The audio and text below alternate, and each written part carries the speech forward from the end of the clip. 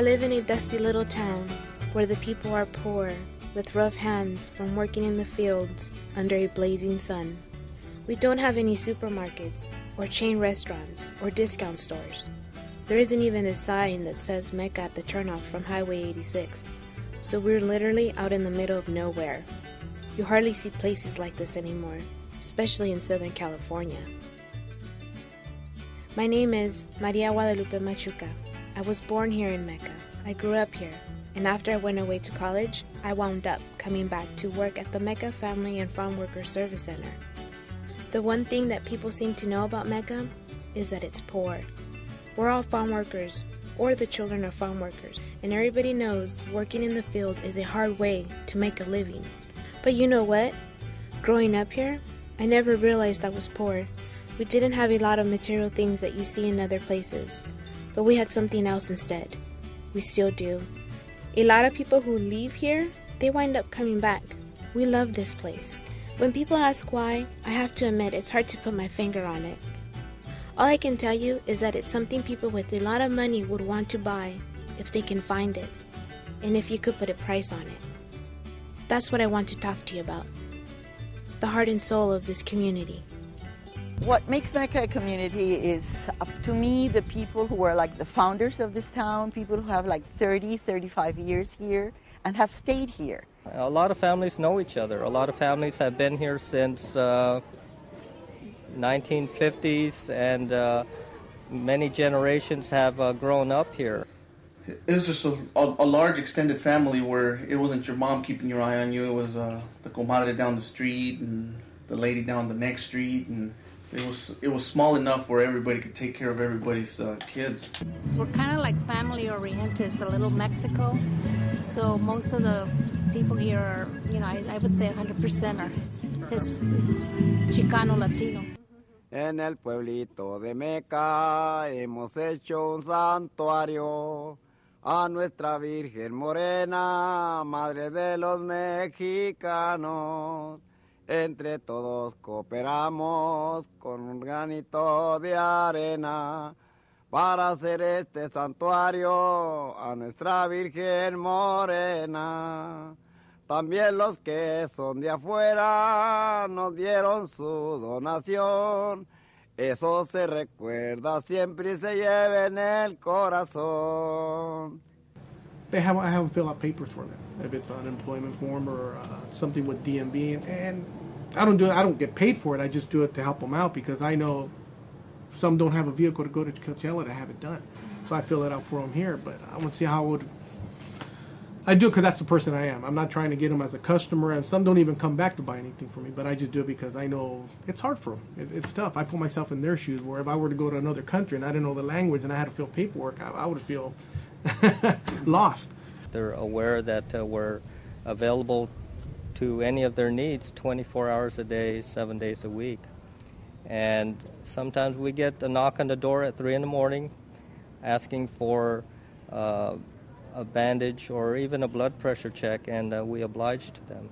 At first I was offered the position to go to Mecca school, and I turned it down a number of times because I had in the back of my mind notions that people have about this community that sits out there in the rural part of Coachella Valley. And so I said no, I wouldn't go out there. So finally I was assigned to open the school while they looked for another principal. And so I went out there, and after about 2 months I had made the decision that this was a place where I really wanted to be. And I wanted to be there because of the people that I had met, the commitment that they had toward the community and the school. What Mr. Ceja wanted as principal was to make the School of Mecca the heart of the town. So we were open till 9:30 at night in different classes like English and computers and parenting skills, which was where I really took part, teaching parents how to take care of their children in this country, learn the laws of this country with regard to how you treat a child, how you educate a child. I always found that when I was in other settings that I could always tell the Mecca kids because they had the most pride in their community. The way we lived as kids had a lot to do with nature and what nature had to offer. We didn't sit in front of the TV for hours. We went outside and We did things that nature had to offer. Sun's coming out, and you can see the shadow just lining over the vines, and on the side you can see the people working, but also, within that shadow you'll see the actual grapevines and the actual grapes dropping out. In my head, it's one of the most beautiful things you can ever see. To a degree, our American dream is this, which is picking up the fruit. Some of the teams from the other side of the valley weren't willing to come to Mecca because it was dangerous. Well, I got upset over that because I played here when I was a kid, and I never had problems. And I played in Palm Desert, Angel, Coachella, growing up, and I never seen a problem in Mecca. And I think that's just an excuse from the other communities not to come to Mecca. And I know it's hard for the kids here to get rides to go play somewhere else. And I was willing to sponsor that or get security here for have the other families come over here to see that Mecca is not what they say it is. En Mecca se vive feliz como en cualquier parte. No le hallo yo por qué motivo mucha gente no quiera vivir en Mecca. Es un lugar pacífico. I've been at this clinic for working, it'll be over 9.5 years. As clinic manager, it will be 5 years. Working for Clínicas de Salud del Pueblo will be 25 years. But I came to the town of Mecca in 1973 to work picking grapes. It was really hard work because we had to get up at 2 o'clock in the morning to come with my sister that brought us in a truck along with my mother and some of my family members. So we were here by 3:30, 4 o'clock in the morning. We ate breakfast in a camp that was for braceros at that time. In 1970, of course, things were a lot different. When I got to Coachella in 1971, they were paying $1 an hour or 5 cents a box. That was it.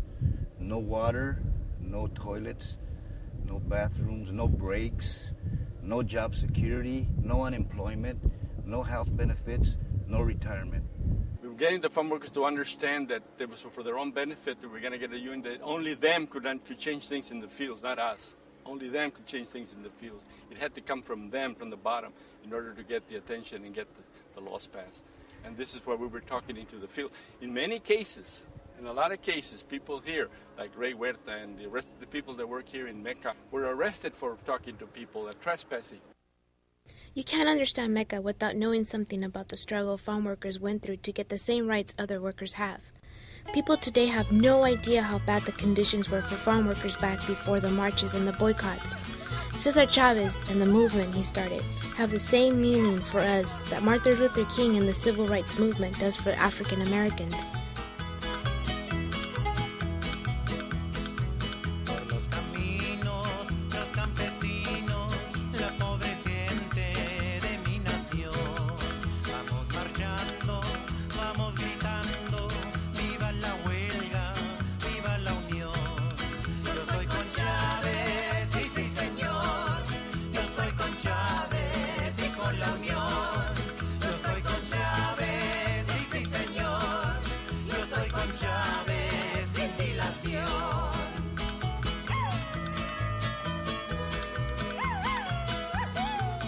In Mecca, we still keep the farm worker movement alive. It's deep in our culture. On the Cesar Chavez State holiday, we have a march and a community fair to celebrate the spirit of Si Se Puede.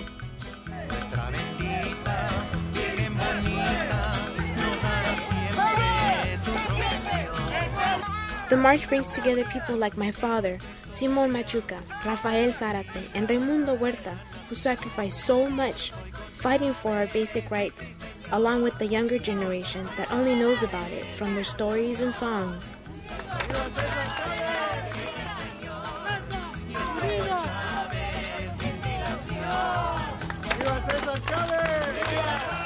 Facts become stories, stories become legends, and this is how we find out who we are and where we came from.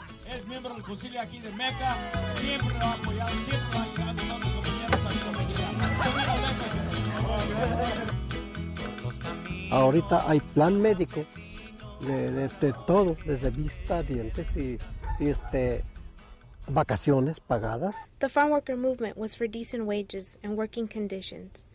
But the thing Cesar Chavez believed in over everything else was education. He wanted farm workers to be able to send their kids to school instead of having to work in the fields. Here in Mecca, his dream came true. We have really good schools, and because of that, you see children of farm workers going on to be teachers and doctors and all kinds of other professions. Mecca School, where I went, is over 100 years old. The new school on the other side of town is named after Saul Martinez. He was a farm worker and a regional director of the United Farm Workers. Later, he gave his life, saving his partners when he worked for the Highway Patrol. My friends and I grew up with the values that Cesar Chavez and Dolores Huerta inspired in my father and Mr. Zarate's generation. Pride in who we are, working for the betterment of our community, respect for the dignity of every person, no matter how poor, the community as an extension of the family. I feel like I'm carrying on those values by working at the Mecca Family and Farm Workers Service Center and by serving on the Mecca Community Council, along with Maria Rios, Sa Alejos, Jose Romero, and Jaime Gonzalez. The council is just like any other city council, except Mecca is in an unincorporated part of Riverside County, so we're appointed by Roy Wilson, the supervisor for Riverside County's 4th District. One subject that gets a lot of discussion at our council meetings is the Little Triangle Park. That's the first thing that you see when you drive into town. It's where migrant workers and homeless people hang out when they can't find any place else to stay. When migrants come in from the outside, we welcome them, but they need to respect our community. If they're going to be drunk and obnoxious and leave a lot of trash, we can't just let it happen. Elfina Tarango Gonzalez owns a restaurant across the street from the park. El problema más grande de Meca es el parque, lo principal, porque en el parque hay mucha suciedad, no respetan, entonces yo pienso que esto empieza porque el concilio empiece a poner mano dura a que limpien. People in Mecca have mixed feelings about this problem. We have a long tradition of helping people who come here with nothing. It's not in our nature to just run them out of town, the way they do in a lot of other places. We're working with a lot of social service agencies and community organizations to get housing, employment, and mental health services for people in that condition. It's not just a job for law enforcement. But if you come into Mecca and all you see is poverty in a place that's what they call undeveloped, you're missing the point. When I look around, I see houses that may be small and modest, but each one of them is different. Each one shows the personality of the family that lives there. The streets may be full of potholes and there may not be many sidewalks, but people are always out walking or riding their bikes or sitting around talking. Nobody's in a hurry.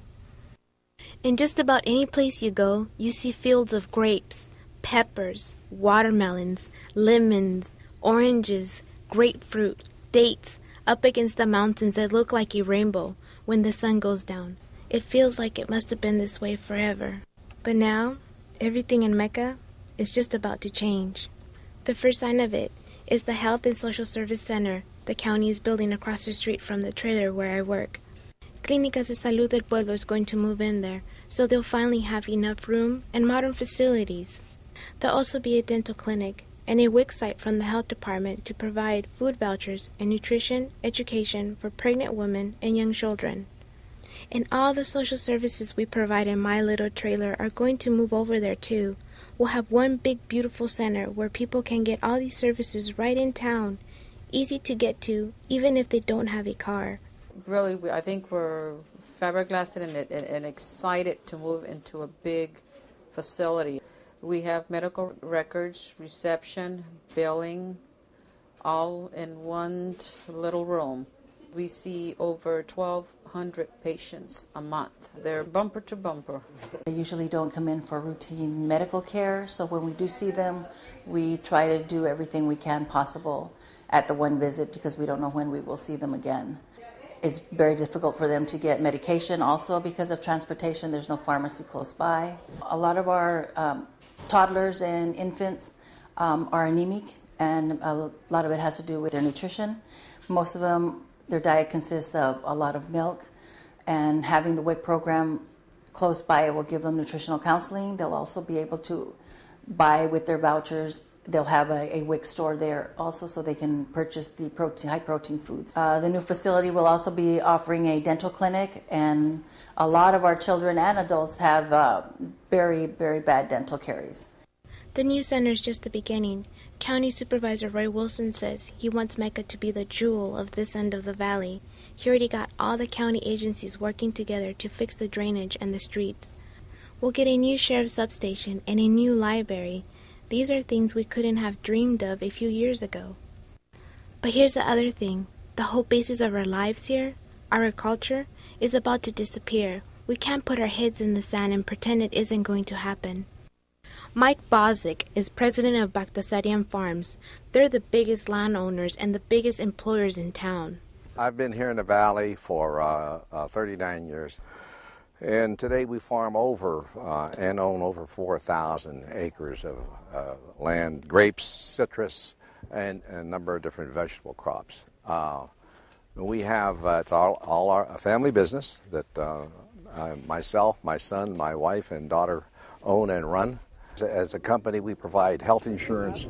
We provide a profit-sharing plan. If you work for us for a year and you work 1,000 hours, we'll put 5%, used to be 15% of your salary or whatever you make into a profit-sharing plan at no cost to you, and after a year, you're fully invested. The harvest to us, after we do all the culture work and all the hard work for 7 or 8 months, this is the time when you look at what your accomplishments and what the crop looks like and how nice it is.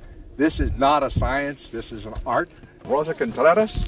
Rosa has been working here, how many years, Rosa? 27 years. Huh? 27 years. 27. Rosa is a crew foreman. She supervises and makes sure that everything is done right. She gets the people, makes sure the packing is right. She does a magnificent job. One of the best crew foremen, crew ladies we have. Rosa has a refractometer, and that is a device where you squeeze the juice onto this, and it gives you a reading on the sugar. And you make tests like that for a week or so until the time is right, and then you come in and harvest. And they still use this constantly to make sure that the sugar level is there so that we put a good product in the box. Years ago, everybody used to come, our employees used to come back every year after year, same people, but today that's changed. When we start harvesting, Rosa gives what we call school, and she will bring bunches out that are mature, and she'll say, this is what you want to look for, brown cane with a ring on it, light creamy color, and that's what you do, and that's only in harvesting, but in thinning and suckering and pruning, she and other foremen will give a class, or what we call school, and they'll tell each employee what we want. Now, one of the problems I said earlier is a lot of the people used to come back every year. That's changed dramatically. A lot of them at the golf courses and different industries. It's almost a new training deal for every operation we perform. Globalization and consolidation of the chain stores has really affected agriculture in a way that I think that down the road in 10 to 12, 15 years, there will be no agriculture in Coachella Valley. Land prices are dramatically increasing. Developers are all interested in developing property, and we can't compete anymore with Mexico, Chile, Argentina, South Africa. Difficult at best to compete with all these foreign countries that pay $3 and $4 a day. They can use whatever pesticides they want to use. We pay $10 an hour with all our fringe benefits. That's a minimum wage. If the minimum wage goes up one more time, and it's inevitable that that's going to happen, there'll be more people go out of business. Down the road, I think Mecca may one day be a city, if you will. A lot of potential here. And everybody said Mecca is a dump and it's way out of the way. Well, 40 years ago, La Quinta was in about the same boat. Let's take a look at La Quinta today and what it is, and use our imagination and see what might happen to Mecca down the road. I know you're going to see, at some point, a large development with first-class development in terms of open space, trails, golf courses, hopefully a junior college site for College of the Desert, which my wife and I intend to donate the land, 110 acres, to the college at no cost to them. And you'll see major development here in Mecca in the next 5 years. This is going to be a different type of development. It's just not going to be houses. The ultimate goal is to have that old Spanish old town look, which will be great for the people in Mecca. And that's what they want. They're going to have a sheriff's substation, which they asked for. They've got the health clinic now. They're going to have a new library. We're just in the throes of thinking about this seriously in terms of development or in terms of laying it out. Mike Bossack and the other growers in the area are doing a lot of good things for our community, and the county really is interested in developing this area on a more human scale than what you see in the mass-produced suburbs. But still we have to ask, is the future they're planning for us the future we would have chosen for ourselves? You know the difference between a home-cooked meal and a frozen dinner you buy at the supermarket? I see the same difference between a mass-produced suburb and a town that was handmade by the people who live there. We built this town ourselves. Nobody did it for us, and that's one reason it feels so much like home and why our people feel so connected to it. The person who got me thinking about this is Jesus Olivares. He's a third-generation Mecca native. He grew up a couple of blocks from me in this house on 5th Street. His mom still makes extra money baking cakes for birthday parties, quinceañeras, and things like that. Now he runs a silk screening company in Indio, and he's also a well-known painter. He told me about the time he went to visit the great Mexican artist Francisco Toledo, who lives in the city of Oaxaca. The sidewalk where we were standing, where we took the photo, was one of his projects that was going on because the sidewalk was kind of broken and crumbled. He had just donated $60,000 to repair these sidewalks and do them in the old historical way. They didn't want these concrete sidewalks. They needed to be and look like the original sidewalks that were of that era. Right now in Mecca, the county is about to start a big street improvement project, and I'm sure we're going to get the same plain concrete sidewalks you see every place else. A generic sidewalk, I don't think that's going to help it out. That's just going to create another city like the rest of the cities we have in this valley and the rest of the cities that we have in this nation. And it'll become part of Generica. In the long run, little things like sidewalks add up to make the world we live in. It's not all going to disappear overnight, but when we look back on it a few years from now, it will seem like it happened in the blink of an eye. Jamaica was people living under the trees at the time, under the chicken coops. I remember coming in and finding people sleeping in a chicken coop with the feathers still around there. The change has been tremendous. For a person like me who had been here in the 60s and then the 80s, 70s, the 80s, and then come today and see the changes.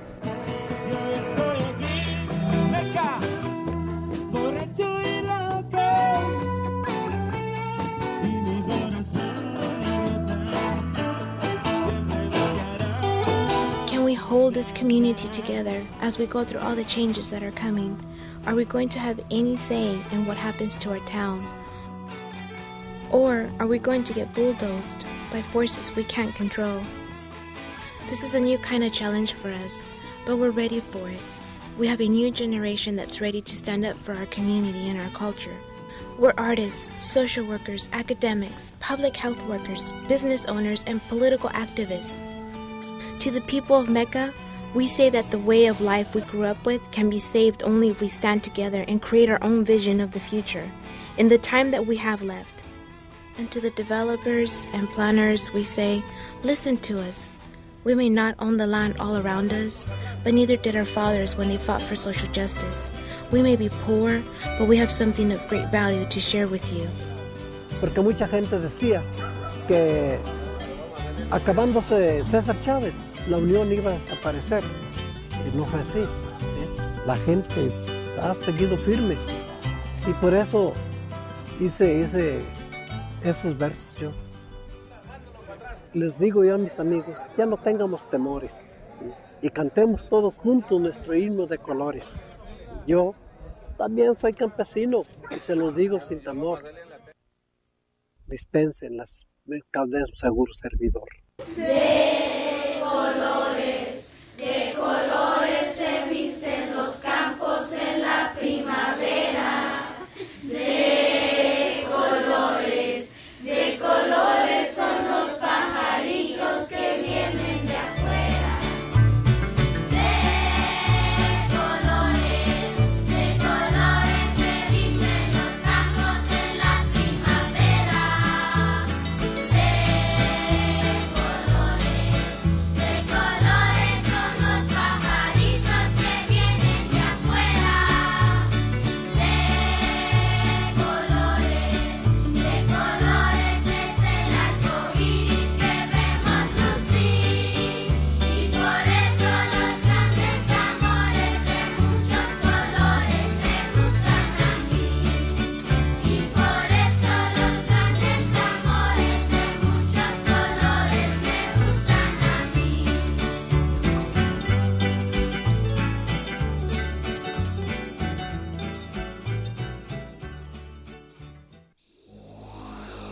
Mecca.